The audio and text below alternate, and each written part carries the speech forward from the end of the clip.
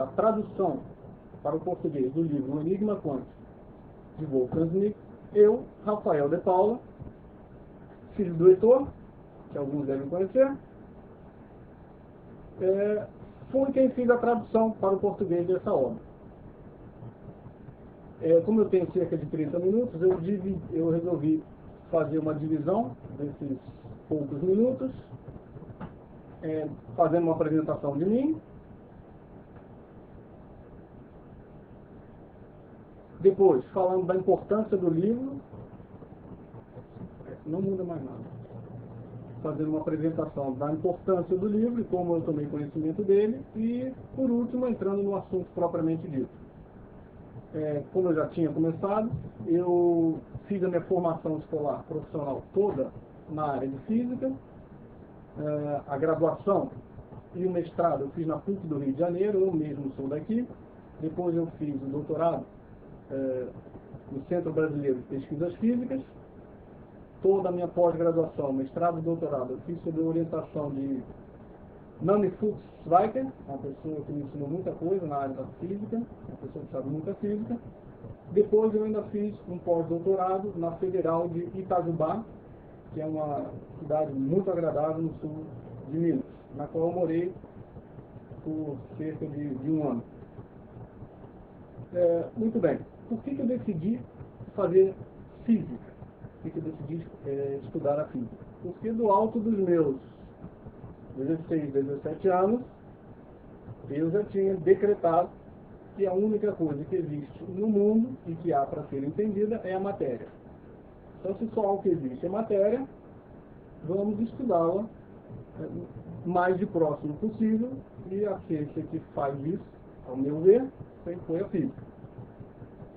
Muito bem, mesmo não sendo tão inteligente, como já deu para ver, não passou muito tempo para que eu percebesse que se eu estou tentando estudar a matéria, mas a física matemática é toda uma explicação da matéria, explicação esta, que por sua vez não é material, então você percebe em pouco tempo que a matéria não tem em si a sua própria inteligibilidade. Se ela precisa ser explicada por uma coisa que não é material, é porque a matéria em si não é fundamental. Algumas perguntas básicas bastam para a gente desfazer qualquer dúvida a respeito. Por exemplo, qual é a cor da teoria das cores? Qual é o som que faz? Qual é a música da teoria dos sons? E qual é o peso da teoria da gravidade? Então, essas coisas, essas próprias perguntas não tendo sentido, é óbvio que a coisa que você está explicando não se explica a si mesma, mas precisa de algo que venha de cima e que faça a explicação dela. Bom, mas a física também parte, a física matemática, do jeito que ela é entendida modernamente, parte de alguns conceitos que em si são mal explicados dentro do estudo da física. E cada vez que eu perguntava para as pessoas, mas o que é matéria, o que é a massa, força, carga elétrica, o que é o tempo, o espaço, o que é o movimento, parecia que eu era o único ali a não saber, que não era na física profissional que eu ia responder essas perguntas. E todo mundo ficava surpreso, mas não é aqui que você vai responder essas perguntas. É como se dissesse, é em outro departamento. Muito bem, então vamos correr atrás de uma explicação desses conceitos dos quais a física parte, mas sobre os quais ela não tem autoridade para falar.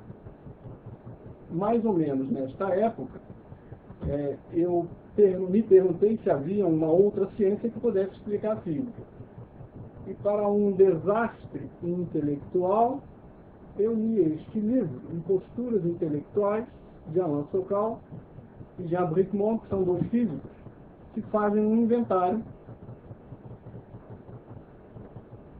de um besteirol que pessoas de ciências humanas, abusando de interpretações falseadas e até falta completa de conhecimento de física e matemática, estavam usando para ou interpretar a física e a matemática ou fazer com que a física e a matemática tivesse aplicações nas suas ciências particulares. Então, eles criticam aqui autores como Lacan, Deleuze, Félix Guattari, Júlia Kristeva e outros nessa linha.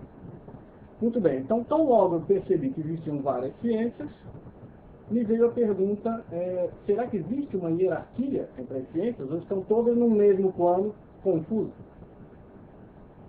Bom, foi mais ou menos aí que eu pude frequentar, durante cerca de um ano, o curso de História Essencial de Filosofia, dado pelo professor Olavo, aqui no Rio de Janeiro. E, mais ou menos também na mesma época, caiu-me nas mãos 2 livros de História da Filosofia escritos por autores católicos, que são Michele Federico Sciacca e o Guilherme Freyler. E ali, para grande alívio meu, eu pude ver na história do desenvolvimento, do início da filosofia na Grécia, aquela discussão entre o ser e não ser de Parmênides e Heráclito, culminando com as soluções que vão sendo dadas por Sócrates, Platão e Aristóteles. Ali me pareceu a conclusão final dessa linha de investigação, me pareceu ser dada com uma ciência que teria poder explicativo sobre os demais conhecimentos. Você pode chamar de metafísica essa ciência. A primeira coisa que você percebe é que a metafísica ela enuncia princípios autoexplicáveis. Tão logo enunciados, e feita uma reflexão de 2 segundos sobre esses princípios, você vê que eles são autoprobantes. Eles não dependem de uma autoridade externa. Então, essa é a primeira característica que eu percebi. A segunda característica é que não são princípios estéreis, mas são férteis. Deles você consegue deduzir uma série de coisas. Uma série de consequências, digamos, para ciências mais aplicadas. A terceira coisa é que eu vi que o Aristóteles já fazia isso, com os conceitos de ato e potência, matéria e forma, as suas 4 causas, causa material, causa formal, causa eficiente, causa final, todos os antepredicativos, e etc. Mas, para uma mente moderna, ou pelo menos educada nesse ambiente da ciência moderna, é um pouco difícil ler Aristóteles pelo estilo do livro, da escrita, pelos exemplos que ele dá, e principalmente pela cosmovisão, que é muito diferente da cosmovisão nossa hoje em dia. E, graças a Deus, aqui no Rio de Janeiro, nós podemos contar com o Luiz Gonzaga de Carvalho Neto, filho do professor Olavo, que uma vez por mês, caridosamente, vem nos ajudar aqui a interpretar, a ler Platão, Aristóteles e São Tomás de Aquino e outros dessa mesma linha. Muito bem. E uma das coisas que Aristóteles fala é que para o estudo do mundo natural, a matemática vai ser problemática. É justamente o contrário do que se pensa hoje em dia e há cerca de 300 anos. A matemática, justamente por ser uma ciência na qual você parte de, não dá para dizer que são princípios, mas de postulados, de hipóteses, e você segue raciocínios lógicos numa linha apenas de desenvolvimento, e as respostas, as conclusões são inegáveis, dadas as premissas iniciais. Como ali não há incerteza no mundo da matemática, e como, por outro lado, o mundo da física, o mundo material, é o mundo da fluidez, é o mundo da inconstância, é o mundo da impermanência, é o mundo onde o ser e o não ser de Parmênides e Heráclito estão misturados de forma confusa. É claro que esse casamento de uma ciência absolutamente exata como a matemática não vai encaixar perfeitamente no mundo da mudança, que é o mundo da física. O primeiro contato, agora já entrando no tema do nosso livro, nosso Pouco Conhecimento, que em 2008, há cerca de 3 anos, Olavo, num True Outspeak, comentou: olha, tem um físico, tudo que ele fala é importante, chama Wolfgang Schmidt, e ele citou 2 livros Teilhardism and the New Religion e Cosmos and Transcendence. Eu fui na Amazon buscar esses dois livros, não os encontrei, e encontrei The Quantum Enigma. Então, logo eu recebi os 2, 3 primeiros capítulos, eu vi que ele tinha matado a questão do que estava acontecendo, afinal de contas, que tanto abala a cabeça das pessoas que tentam modernamente entender o que acontece com a física quântica. Eu pude reconhecer que ele havia matado essa charada porque semanas antes eu tinha acabado de ler do René Guénon o Princípios do Cálculo Infinitesimal, no qual o René Guénon também usa toda a metafísica de Aristóteles e São Tomás de Aquino para explicar exatamente e interpretar os conceitos matemáticos. Ele faz ali não só uma interpretação metafísica do cálculo infinitesimal, mas tem ali sementes para a interpretação de toda a matemática. Por exemplo, por que o zero não é número? Por que os números negativos não são números? Eles pelo menos não têm o mesmo estatuto dos números naturais, que a gente conta com os dedos. E ele explica isso de uma maneira absolutamente cabal e irrevogável.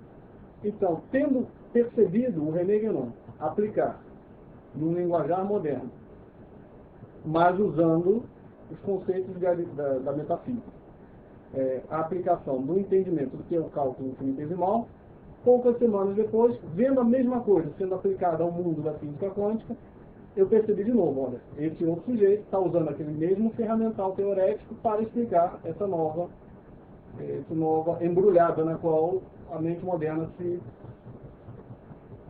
meteu nos últimos séculos.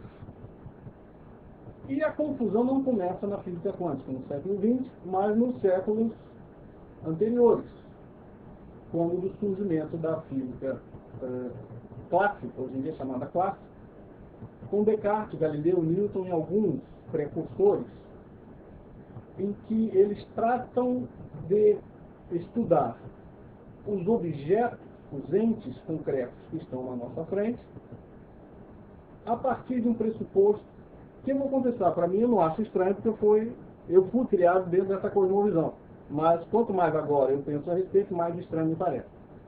Eu tenho certeza que São Tomás de Aquino e Aristóteles iam achar estranhíssimo o que eles iam estar fazendo, e que não ia estranhar de forma alguma as conclusões da mecânica quântica depois.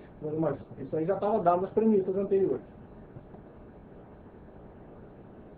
E o que é que Descartes, Galileu e Newton depois vai entrar na onda, o que eles estão fazendo? É simplesmente, quando você olha um gato, ou uma pedra, ou uma porcelana, você vai dizer que existem qualidades próprias do objeto, mas existem coisas que o ser humano, o observador, projeta no objeto. As qualidades objetivas são todas elas, segundo essa gente, matematizadas. Então você vai contar, pesar e medir tudo. Então, o gato vai deixar de ser gato e vai começar a ser o representante de 3 quilos de uma quantidade. Uma quantidade do mundo, uma quantidade extensa, uma quantidade que tem um certo peso, e qualquer outra quantidade que nós precisarmos atribuir aquilo para encaixar na nossa visão matematizada do fluxo, do movimento. As qualidades, contrapostas a essas qualidades, que supostamente pertencem ao objeto, existiriam qualidades subjetivas, ou atributos chamados secundários, como cor, som, olfato, todos esses que nós, com os quais nós tomamos contato através dos nossos sentidos. Então eles vão dizer, olha, o gato não tem cor. A cor é uma projeção da mente humana naquela coisa que está ali fora, mas que de verdade não pertence ao objeto. Certo? Pertence a uma projeção nossa. Então já está aí enunciada a tese de Kant também. Ora, algumas críticas que a gente pode fazer a esse respeito são: primeiro, é que quando a gente tenta atribuir ao ente concreto que está na nossa frente. Somente as qualidades matematizáveis, ou seja, quantidades, na verdade elas são quantidades de algo. Você não consegue falar só de quantidade sem se referir a uma espécie de qualidade também. Então você precisa ali de conceitos diferentes, como a força não é massa, massa não é espaço, espaço não é tempo, espaço e tempo podem se combinar como aceleração, e as três coisas podem aparecer juntas numa equação. Força igual a massa vezes aceleração. E aquelas qualidades sensíveis do objeto são todas retiradas dele e passam a fazer parte do mundo puramente subjetivo nosso. Bom, é claro que uma vez que você matematiza, a matemática segue um fluxo absolutamente inexorável. O problema é que quando você crê que ainda está falando do gato na sua frente, isso deixou de ser verdade. Você não está mais falando do gato, mas de algumas qualidades dele. Só aquelas que podem ser transformadas em números. Mas não números puros, porque você ainda precisa de qualidades diferentes, conceitos diferentes, ainda aí. E por outro lado, não é verdadeiro dizer que essas qualidades, que eles chamavam primárias e objetivas, não dependessem já de uma interação com o observador, porque afinal de contas medir é feito por alguém. Alguém tem que botar numa balança, alguém tem que esticar uma trena e alguém tem que contar as unidades, o número de entes. Ora, muito bem, mas se você reduzir um gato, uma planta e uma porcelana aos seus aspectos de 3 kg, não vai ser sob esse aspecto, que eles vão diferir. Eu já disse, se você reduziu as três coisas flagrantemente diferentes na sua frente, a sua qualidade matemática de 3 kg. Bom, aí eles não diferem mesmo. Então, num nível muito comentado hoje em dia, se diz que o homem e o macaco são 99% geneticamente iguais. Então, daí que o macaco, cadê os direitos humanos do macaco? Essa é uma consequência natural. Se ele é quase um ser humano, então, mas eu posso dizer, o macaco é 100% humano, a pedra é 100% humana, se você descer um nível ainda mais na descida quantitativa que nós podemos fazer. Por exemplo, se você olhar só para o aspecto corpuscular, tudo isso é descrito como prótons, nêutrons e elétrons usados. Bom, então eu digo, você é 100% igual a uma pedra. É claro que uma ciência feita sobre essas bases está perdendo, está amputando os objetos e não está mais descrevendo os entes normais, os entes do mundo corpóreo, esses que a gente está vendo, a caneta, o gato e etc. Você está falando de alguns atributos deles. E pior, só aqueles que são matematizáveis. E é aí que entra a explicação do Wolfgang Schmidt. Ele vai dizer, olha, antes do século XX, você podia até se enganar e estar pensando que a física estava falando do mundo concreto, do gato. Eu podia varrer a sujeira para baixo do tapete e dizer, olha, a sua descrição da gravitação, etc., estava falando ainda do gato. Mas, para um bom observador, é óbvio que o mundo do qual a física está falando é um mundo que subjaz, e já vamos estudar de que tipo, de que forma isso acontece, subjaz ao mundo corpóreo, esse do qual a gente fala, o gato, a planta e a porcelana. Não é que o mundo que a física descreve, essa é outra conclusão também do Smith, não é que esse mundo não exista. Existe, mas tem uma forma de existência mais precária. Quem lê um pouquinho de Aristóteles, São Tomás de Aquino, já está reconhecendo aí os conceitos de ato e potência.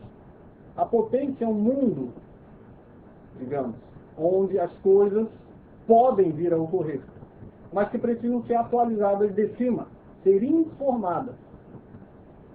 De uma certa forma, você pode pensar nos conceitos de forma e matéria. Então, a matéria seria um mundo absolutamente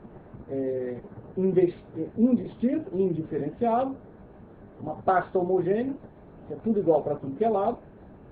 Esse é o conceito de matéria-prima, mais ou menos explicado, que em si não tem explicação de nada e nem é nada. A primeira forma que você encaixa ali são as formas matemáticas. Então você está tirando desse mundo de pura potência, você está tirando as primeiras qualidades, que são apenas quantidades ainda. A primeira qualidade que você atribui às coisas é a qualidade da quantidade. E é um ou outro nível acima deste, mas ainda abaixo do corpóreo, é deste mundo que a física sempre tratou. E que a física quântica vem mostrar que, flagrantemente, que não existe outra possibilidade de interpretação dela. Ora, mas voltando um pouquinho atrás, se você acredita que você pode reduzir todos os entes a quantidades, aos seus aspectos matematizáveis, bom, o reino da quantidade é o reino por excelência em que o todo é a soma das partes. 5 é 2 mais 3. Agora, não sei, um gato certamente não é a soma dos seus átomos. Um casal não é a soma de um homem com uma mulher. É mais do que isso. E é mais do que isso que não pode ser descoberto pela interação vindo de baixo da potência pura. Você precisa informar isso de cima. É uma forma que não pode vir, como um jargão físico ou até de outras ciências modernamente, tem que ele chamar de propriedades emergentes. É o que o René Guénon chama querer tirar o mais a partir do menos por baixo. Não tem jeito de você fazer isso. Ora, esse mecanicismo foi levado até extremos quando o Marquês de Laplace anuncia, eu não acreditava que isso fosse possível ser feito, mas ele dizia, olha, o que está subjazendo todo o nosso entendimento da física clássica, Marquês de Laplace é a época da Revolução Francesa, é que, dado que as coisas são bolotas, reduziu as coisas ao seu aspecto material, quantificável. Se você me disser como está constituído a configuração de um sistema de bolotas agora, quais são as posições delas agora, e as velocidades de cada uma delas. E se você disser as leis de força que vão atuar, eu vou conseguir descobrir todo o estado de como vão estar as bolotas daqui a 1 segundo, daqui a 10 anos, daqui a 2 bilhões de séculos. E para trás no tempo também. Então aí não há diferenciação de passado e futuro. Eu acho muito estranha essa ideia de você estar explicando um movimento por um outro movimento. E recorrendo a um outro, e a um outro, e a um outro. Você nunca vai sair desse plano de explicação. Mas se você acredita que o mundo ele é completamente matematizado, você vai estudar o grande pelo pequeno. E o que é o pequeno quando você quebra um objeto diversas vezes, até atingir o mundo microscópico? Então nós chegamos agora nos átomos.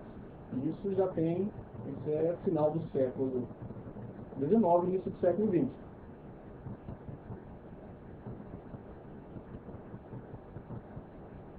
Poderia parecer, não é o que vai acontecer, mas poderia parecer, aliás, estava todo mundo crente que era isso que ia ocorrer, que quanto menos qualidades você atribui a um objeto, quanto mais limpo ele de outros atributos, e só restando os atributos puramente matematizáveis,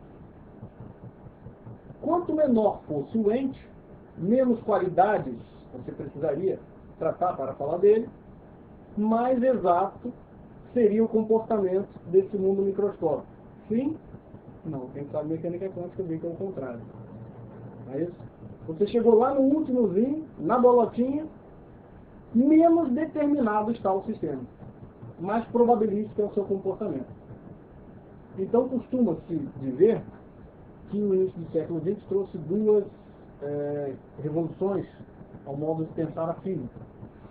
Que vieram derrubar alguns preconceitos na física clássica.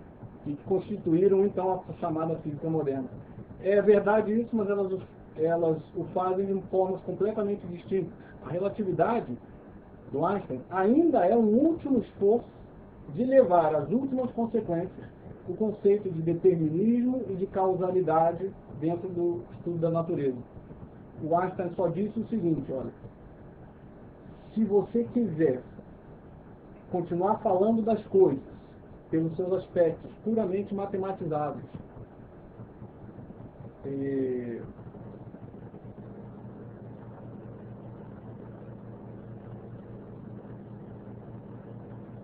e manter, era isso que ele queria manter, e manter a causalidade determinística, olha, dado o estado inicial, me dá umas equações aí que em 2 minutos eu calculo o estado final. Você vai ter que alterar um pouquinho as suas noções de espaço, tempo, matéria, etc. Ele mexe na superfície, ele faz uma maquiada para manter o que está por baixo. A mecânica quântica vai fazer outra coisa, vai mexer nessa parte estrutural, nessa parte mais profunda.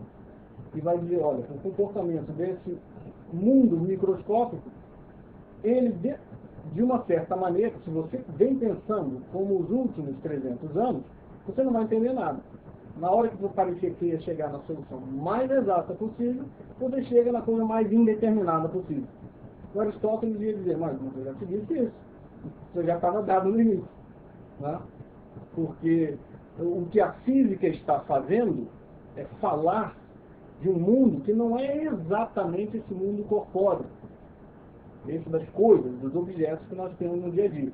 Mas são aspectos dessas coisas que têm, digamos, uma mecânica própria e cujo cálculo é muito fácil de fazer. Bom, fácil no treinamento, né? Mas no fundo, quando você acha que estava falando daquele plano corpóreo, na verdade você não estava falando daquele plano corpóreo, você estava falando de uma espécie de mundo onde as coisas estão mais em potência e faltam ser atualizadas. É isso que ocorre na física quântica.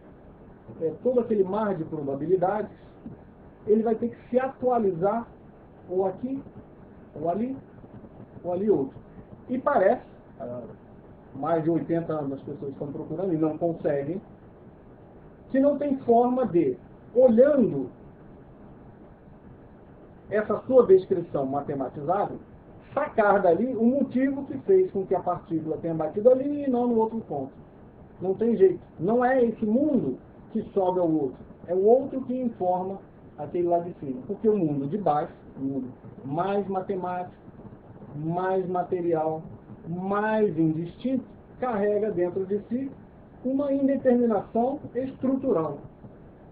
E o que os informa vem de cima. Daí os conceitos de matéria e forma. Enfim, a gente já chega ao final. Hoje em dia, se você entra num seminário de física que esteja falando de supercordas, de gravitação quântica, etc., tem um livro aqui muito interessante, escrito por um físico relativamente conhecido, Lee Smolin, A Encrenca com a Física, Problema com a Física, em que ele é um sujeito que trabalhou nessas áreas, trabalha hoje em dia, inclusive, mas que ele vai detectando uma coisa que o estarrece. O estarrece porque ele não leu Aristóteles, não leu o Wolfgang Schmidt. Que é, hoje em dia, quanto mais para baixo, nessa nossa escalada subterrânea ao mundo, de cada vez mais quantidades puras, mais possibilidades brotam na nossa frente. Então, ele diz, o número de teorias compatíveis com o universo corpóreo, esse que a gente está falando, o número de teorias físicas que poderiam ser trazidas à existência para explicar isso daqui, ele fala, não é brincadeira, é de 10 elevado a 500 teorias. 10 elevado a 500. Isso se a constante cosmológica tiver um sinal. Se tiver outro sinal, se for zero, o número é simplesmente infinito. Quer dizer, são infinitas teorias compatíveis, mas no final das contas, Isso não é nenhuma surpresa. Qual é o número de teorias e de universos possíveis que você pode esperar construir, baseado no fato que 2 mais 2 é 4? Bom, de 2 mais 2 é 4, você pode bolar infinitos mundos possíveis. Então não tem nenhuma surpresa nisso aí. Esse pessoal hoje em dia se orgulha de que está trabalhando num jeito novo de fazer física, que não precisa mais prestar contas ao mundo corpóreo. A ver, o mundo corpóreo que nós estamos falando é de entidades absolutamente inacessíveis aos nossos sentidos, à nossa percepção, e não queremos mais prestar contas. Claro, como é que você vai investigar 10 elevado a 500 teorias para ver qual delas é a que está se manifestando aqui em cima, digamos assim. Ora, e pessoas que estão dentro dessa cosmovisão moderna, mecanicista, tem muita gente que se espanta com isso, não sabe o que faz com isso. Então tem o David Lindley, o Olavo já citou alguns livros dele, tem Rolando Omnes, que está na Universidade de Paris, foi aluno e colaborador do Quentin G, prêmio Nobel. E essa gente hoje em dia está apostando num mecanismo que, se ele soubesse, é o mecanismo de ato e potência de Aristóteles, que chama quebra espontânea de simetria. Quer dizer, dado um mar de possibilidades de teoria, alguma é escolhida, você quebrou a simetria, e alguma é escolhida espontaneamente. Mas eles acreditam que essa escolha vem de baixo. Na verdade, ela é atualizada de cima. Por exemplo, você pega uma mesa plana,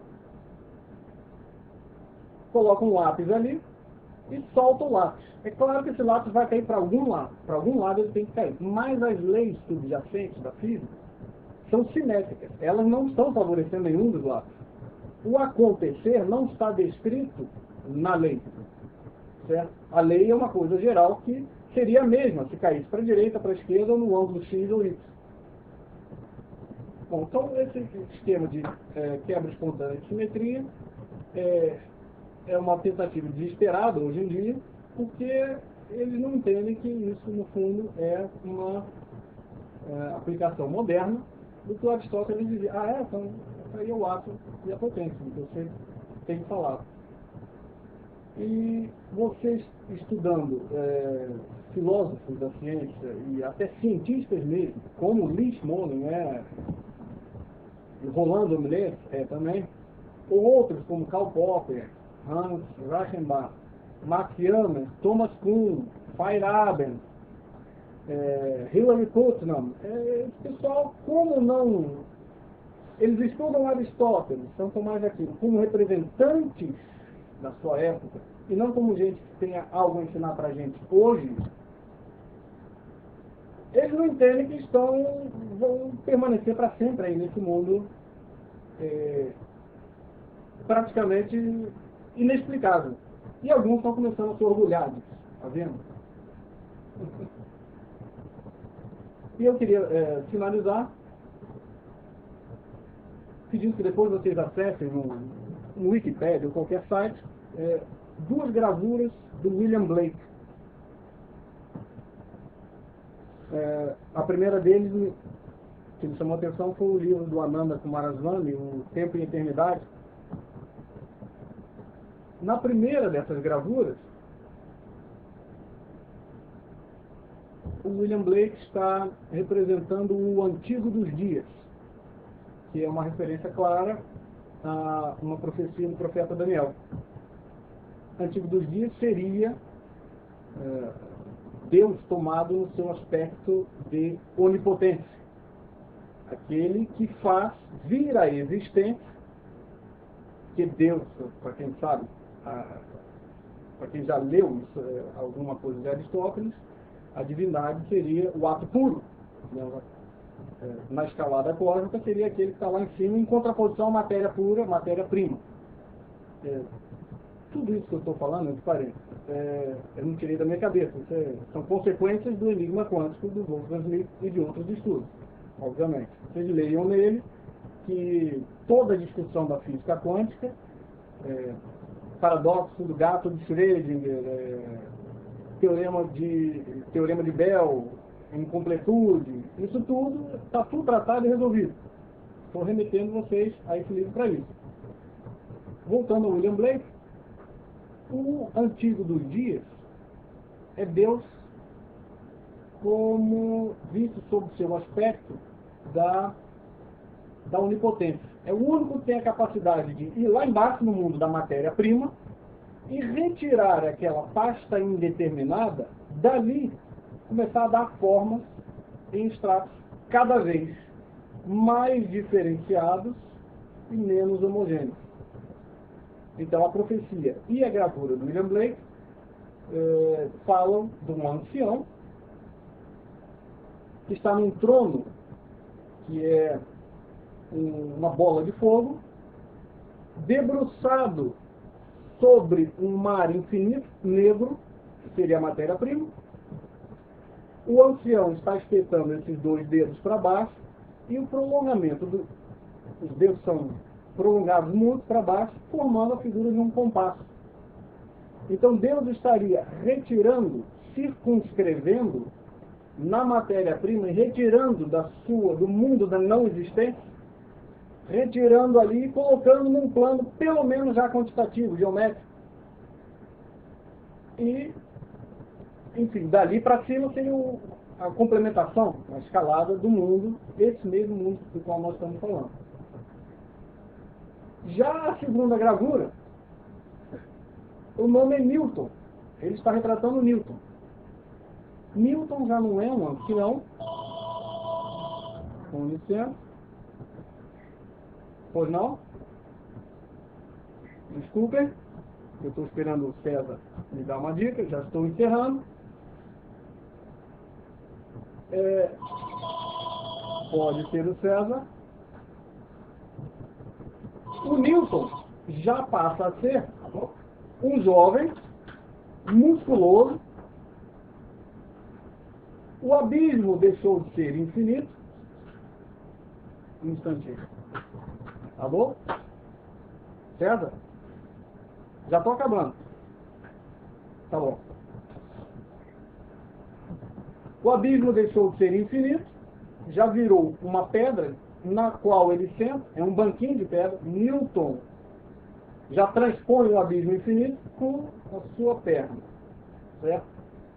Segundo, Newton está escrevendo no chão, que se estende à frente dele, tem uma espécie de um lençol, um pergaminho, uma folha de papel muito grande, na qual ele espeta também o seu compasso e começa a traçar figuras geométricas nesse lençol.